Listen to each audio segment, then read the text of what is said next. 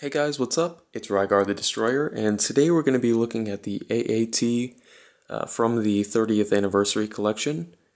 And some of the more regular viewers of my channel might know that I've already reviewed this vehicle before, but I'll go ahead and get into that a little bit later about why I'm kind of reviewing the same vehicle. But I unfortunately don't have the packaging for this one, so we're just going to have to dive right into the review.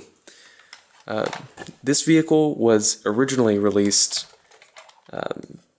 in around the time that episode 1 came out, but I guess they thought that the mold was good enough to keep using over and over.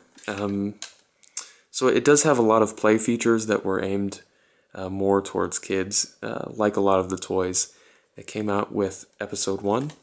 One of the first features is in here, and as you can see there's a battle droid in here. And if you flip this switch back here, it switches to a kind of blown up version of that battle droid. And if you wanted to, you could seat a battle droid in here.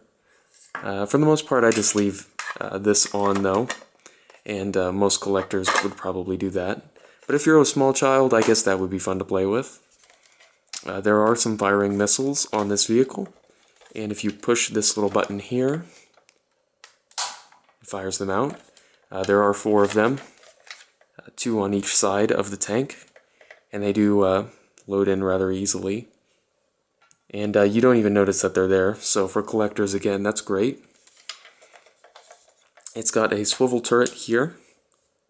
It goes 360, so that's nice, and they're fairly well detailed.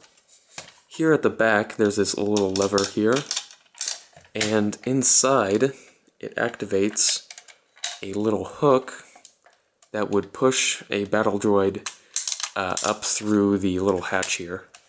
So if you can imagine, a little battle droid would pop its head out, like they do in the movie or in the TV show. This piece here does swivel 360. And if you wanted to, you can pop it off. I don't know that it's meant to necessarily. It comes off in the packaging, so I guess, it's reasonable that you could just pop it off again if you wanted to. And the final thing it does, it's got a barrel that moves up. Unfortunately, it doesn't hold its position, so it's pretty much going to be like this all the time. It's not a huge deal, but it's something that I wish they had addressed. But, what are you going to do? Other than that, this guy is really well painted. As you can see here, it's got some really nice rust, and kind of battle damage, I guess you could say, on it. And it does have a couple pegs for figures to stand on. And this vehicle is pretty much 100% accurate to the movie, except for this area right here.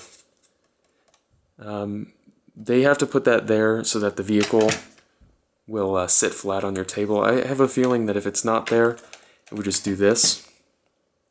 You know what I mean? Because this overhangs so much, it would just fall over. And that makes me think of this too. There are wheels on the bottom here. And it's kind of interesting. They have a little bit of suspension. If you wanted to, they do kind of push down a little bit.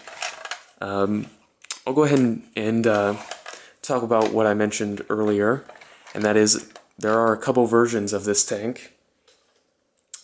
Here is the other one I have. Both of these are Geonosian versions. One is just the Clone Wars version, and one is the live-action version. Not that either of these... Well, I think this one was in the Clone Wars. I don't think this one was in the movie, though. But they are pretty much the exact same in every single way, except for paint. As you can see, there's a battle droid inside on both of them. And there were 4 separate paint releases. I know this vehicle's been released more than 4 times, but there were 4 versions with different paint jobs. There is the blue and gray version of this one here, and then there is the episode 1 version. And all of them are on the same mold, as far as I know. These are the only 2 that I own, but I do like this vehicle, so someday I hope to kind of track down all 4 And if I ever do that, I will do a comparative review. So hopefully I'll get to do that in the future. But anyway, tell me what you think about this vehicle in the comments section below, and I'll see you later.